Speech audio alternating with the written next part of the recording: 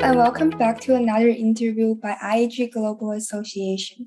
In today's episode, we invited a special guest, Eric Wu.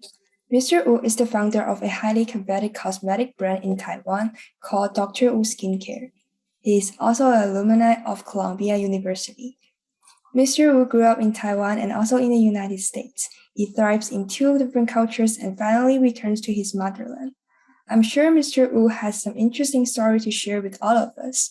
Without further ado, let's hear from Mr. Wu. Mr. Wu, do you want to say hi to the audience? Okay, hello everybody. My name is Eric, and I consider myself a 1.5 generation entrepreneur. I graduated from Columbia and with an engineering degree, working in the financial industry, and then finally starting my own business. And I created a brand called Dr. Wu Skincare, which is focused on effective clean beauty solutions.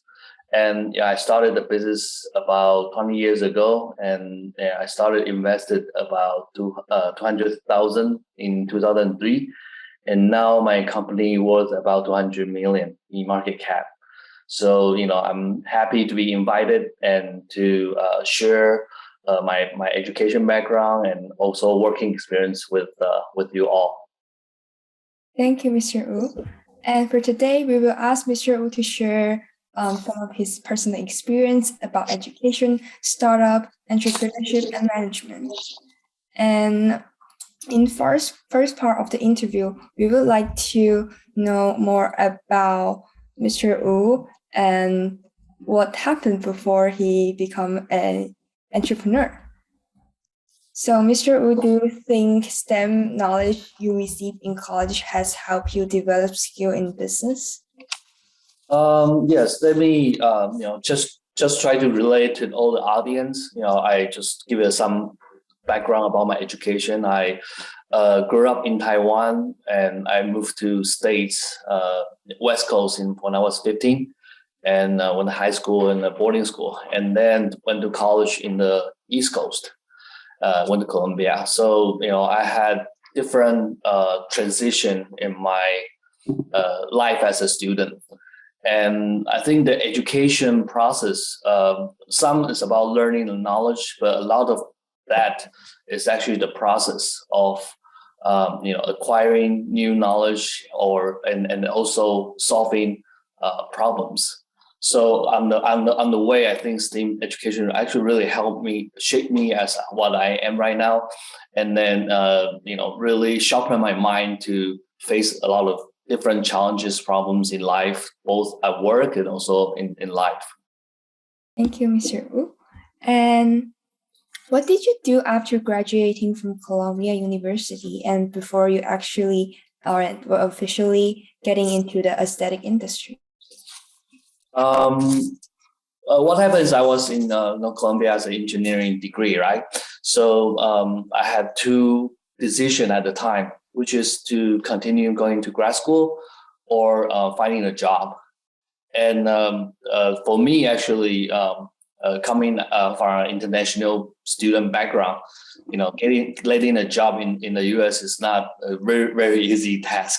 So, at the time I was thinking if I don't get a job, probably I will go back to school to continue my master's. So what happened when I graduated from college, I really focused on, landing on my first real working experience. So, I spent most of my time going to a lot of corporate interviews, and then also learning different companies. And at the time, when I was in New York, most of students want to get into management consulting jobs or work on financial in Wall Street. So I don't know what I want, but I think I really need a working experience. That's why I've been, I was sending a lot of different resume to different companies, all the companies that fits me, and then I went to interview more than 20 to 50 companies until finally I landed on my job. I was working for PricewaterhouseCoopers as a financial analyst.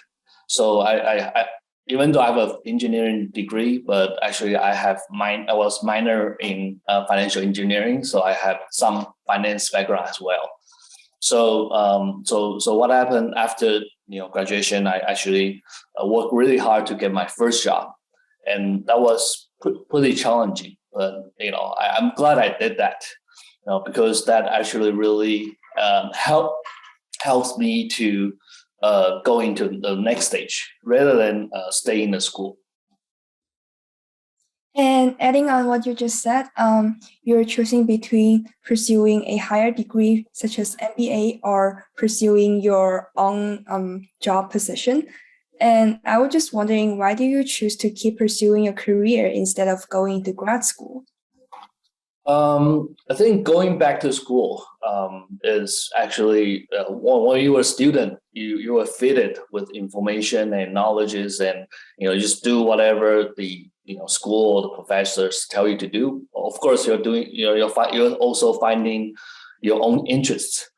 But when you know what you want to do, then you should do it first before, and then you'll find out what you're lacking of, and then you can go back to school. So that's why a lot of MBAs or even EMBAs, they actually want you to have a real work experience before going back to school, because that will be a very different learning experiences.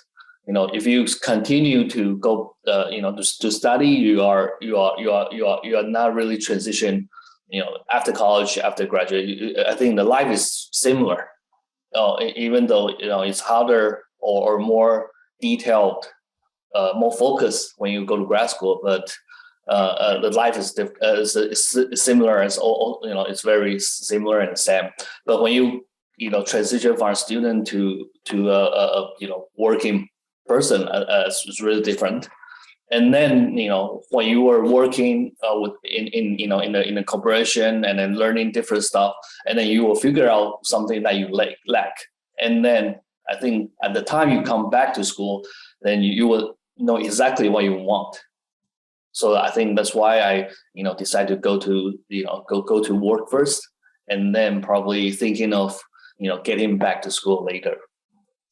Yeah, thank you for sharing that. And for almost 2 decades, you've been improving and bettering the skincare products under the brand Dr. Wu Skincare. But during the process, have you ever experienced any arguments with your father because of the generation gap and the way of management? Actually, when I started, it's a constant argument with my father and family. I think it's a traditional Chinese, as a traditional Chinese coming out of a traditional Chinese family. It's not really respectful to really argue with your parents with that. But with the education we got, from both from the East and West, and you kind of think about arguing with somebody else. Actually, at the end of the day, you will gain more, because we will have two different perspective, and then at the end of the day, it's better for the issues that we are talking about. So when we started, of course, there's a lot of different arguments, but I'm lucky enough because I actually started my own business. So they will argue with me, but I still make my own decision to do whatever I want. So I think a lot of people are when they are starting business or getting back to family business, they are facing different issues. I think parents or family members, a lot of them is the hardest part. It's not really the business or the employees. So it's so we have to be trained, I think, well-rounded, not just facing outside, also inside. Yep. And so now let's take a look inside of the company. Mr. Wu, how do you define your relationship between you and your employee? Do you guys help each other and be friends, or do you prefer maintaining a boss-employee relationship? Okay, I think I started my company in 2003, so almost 20 years ago. So I feel like when I started my company, I was the team leader. probably the Michael Jordan of the team. So I'm the guy who had to score, who had to control the team, control the pace of the game, and then have to think of facing the problem, whatever challenge it comes. When I started, and I was 20ish at the time. So I think I can do a lot of I think I can do better than everybody else. So I do whatever I want, and then take the team with me. And then after a while, I think it was pretty tiring to be the only Michael Jordan on the team, and then you have to play all the games, score all the scores. So I start to become more like a mentor. I try to cultivate my employees, the key leaders who can who can face the challenge themselves, make decisions, and also develop what's their own goals and their own career goals and own company goals. So I think after starting the company for a couple of years, I slowly become a mentor to them. And actually now think of it, I want to kind of become a beacon for those who lost. So so a lot of time they come to me and say, don't come to me when you have answer already and just ask me to say, okay, is it right or wrong? So people always want to get, I think, if it's right, if this is the what we are doing, is this thing what your boss want? But actually, I always ask them, is that what you want? And then, are you lost or you're not? If you're not, don't bother me. If you're lost, you don't know what to do, and you don't know what's the direction. I want to be that beacon to point out. So I think to summarize, what's the relation with my employees? I think it has been like family, but a little bit different, because in the corporation, in company, people comes and goes, and then we start to deal with that. Because if it's a family, they won't go. They're there forever. So I think we treated them as family when they are in the company. When they left, we treated them as a friend. And so I think that's how I keep my relation with my employees, and I try to listen to them more, and then I can understand what they are starting from, and or what kind of problems they are facing, and then if I can help them to conquer that. I'm glad to hear you're multitasking on being a boss and a mentor in your company, and be a good listener as well. And from what I've read and seen, I think you're a really responsible boss who truly care about the personal development of every staff member. And I've noticed you even plan trips and workshops for your employees, such as baking and language learning. And what are some of your advice for other businesses to create a relaxing and collaborative work atmosphere like what you have in your company? Well, I think I actually learned from from a lot of the big corporation in the States. I think they have much relaxing and innovative culture than a lot of the Asian family run business. So for me, I'm not. I don't think I'm the really up there yet of creating a creative and friendly working environment. But we're working towards that. So I think it's just important to understand them, and then every one of them have different background and then different stage in their life. So and then and we have to acknowledge that not everyone are 100% in the job all the time. Sometimes they are in the low, we will let it go. Sometimes they are becoming very aggressive, very talented, and give the ball to them, let them perform. So I think as a good leader, I think we have to realize that, and then recognize their strength and also weakness. And I think that's so that's why we provide a lot of different programs, and taking trips, or somebody say, okay, I want to learn English, and then we give them something like that. So they have some purpose on their job as well as purpose in life as well. So we try to make work and life more balanced so they can perform better actually.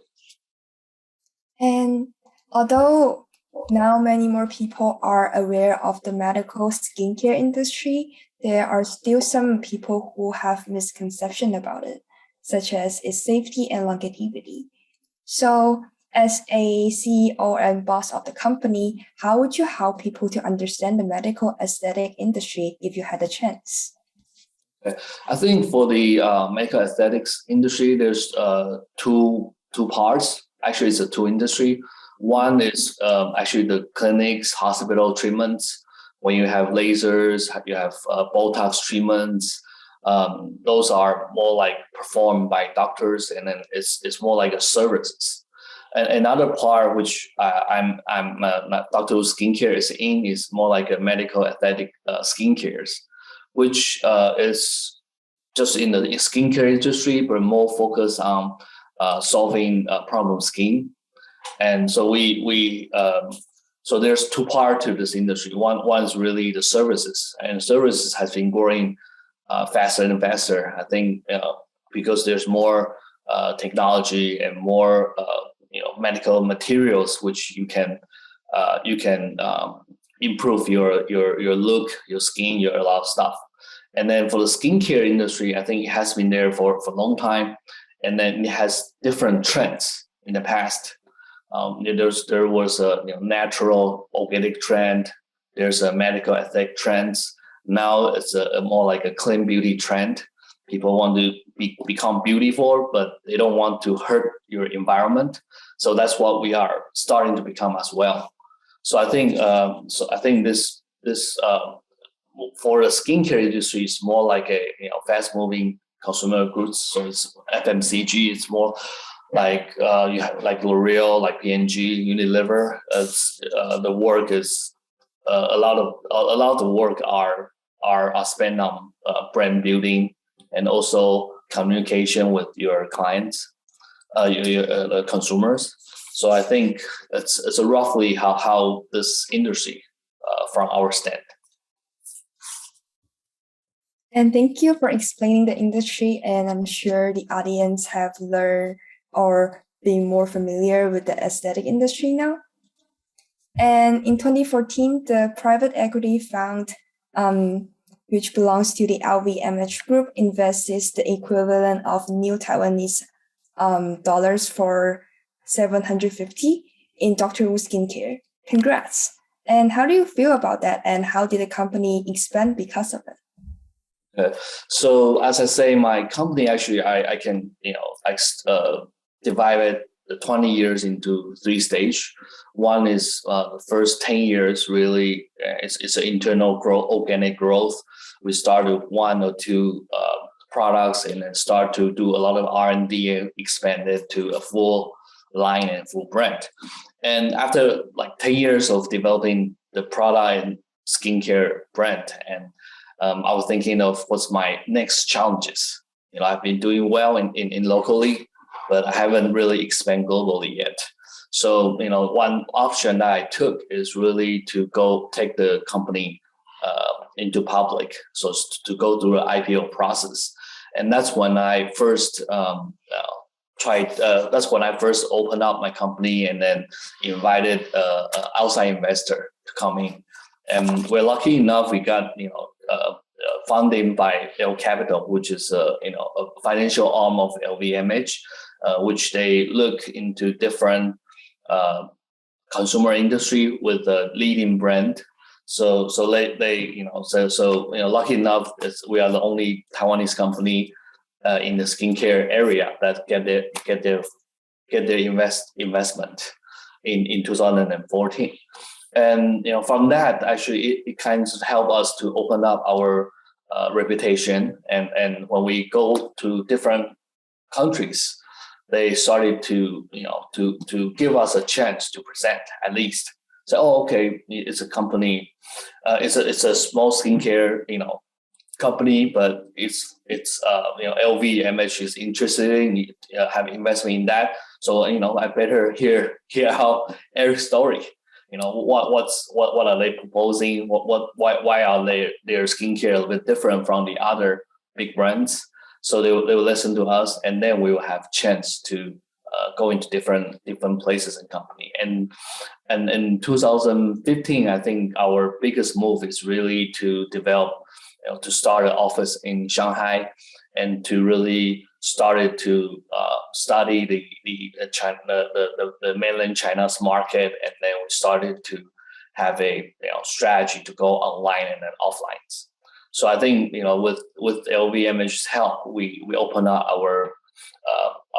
open up a lot of doors for us to have opportunity to talk to different channels, different players. And like you just said, you expanded your company to other countries. So compared to selling goods only in Taiwan, what do you think is the biggest challenge in expanding to overseas markets? At the time, I think globalization is still the way to go. So especially in the Asia community, I think because our solution is really targeting Asians' skin problem, so it's more focused and more specific.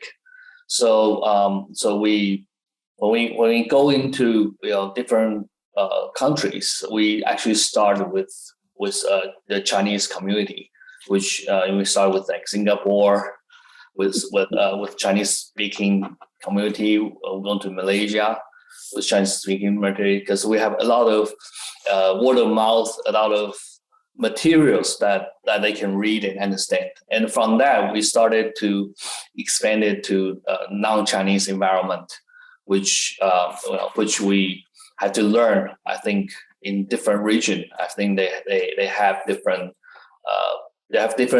demands, and also different way of approaching their skincare solutions.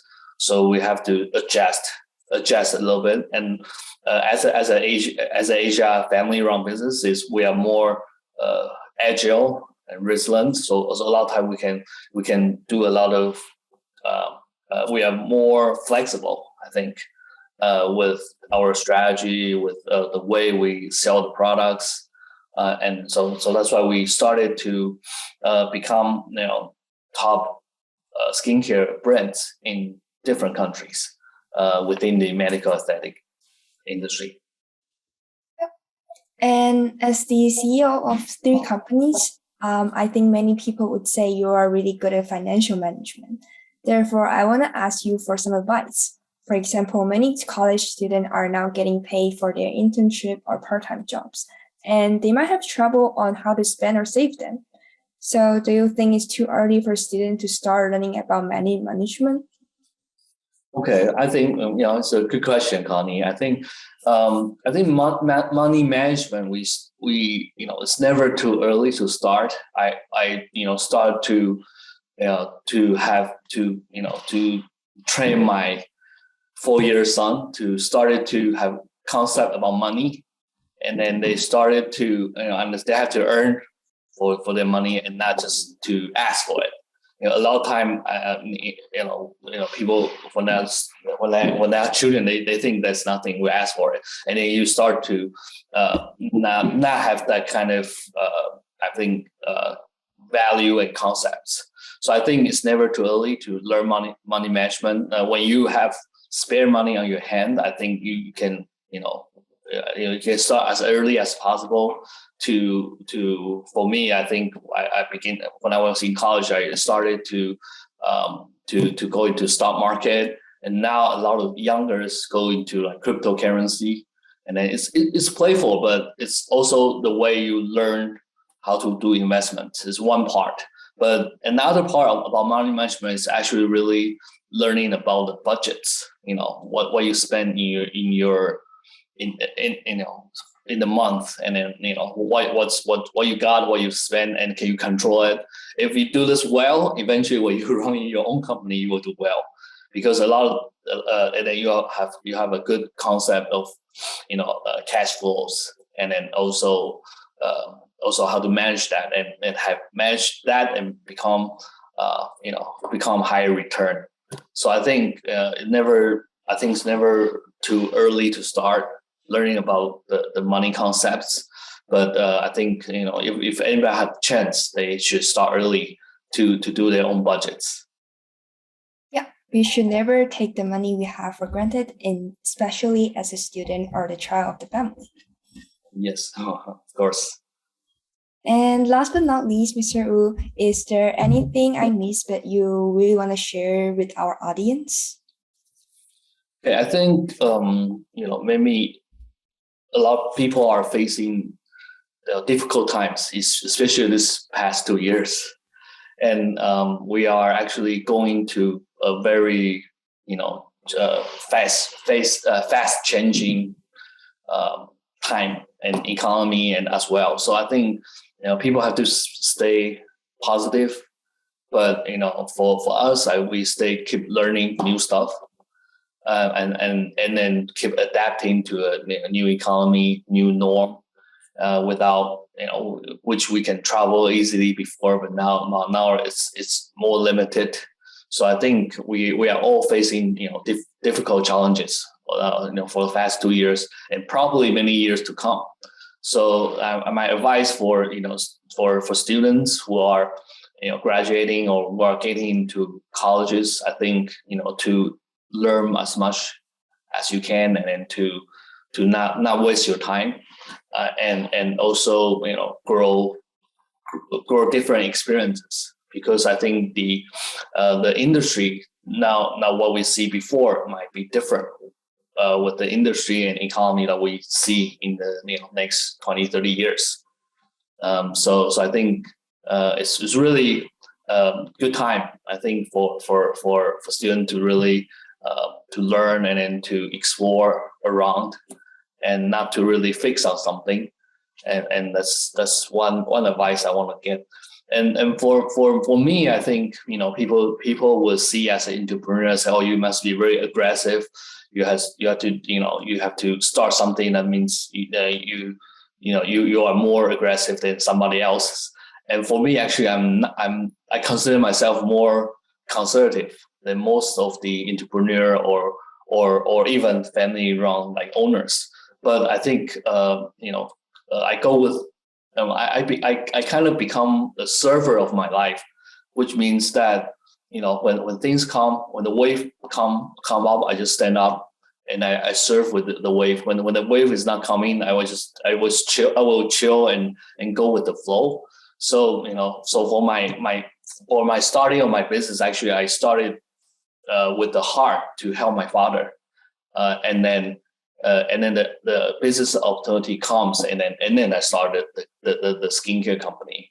And then because the demand are growing, so I it could grow bigger, and then it becomes what it is nowadays. So thinking back, I didn't force anything to happen, but I go with the flow, and then I see the opportunity, and then I take it, and then probably be brave, and then it might fail, but it might also become something that you are really proud of when many years later. So that's something I want to share with everybody. Right, that was awesome, and thank you so much. And this is actually also the last question I want to ask to wrap up the interview.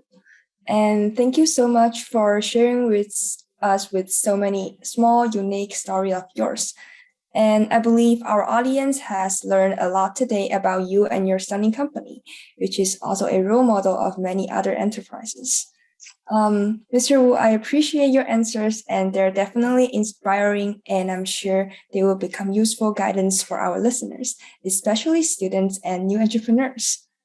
I'm so glad to have you here with us today, and I'll see you next time. Okay, thank you, Connie. Okay, bye.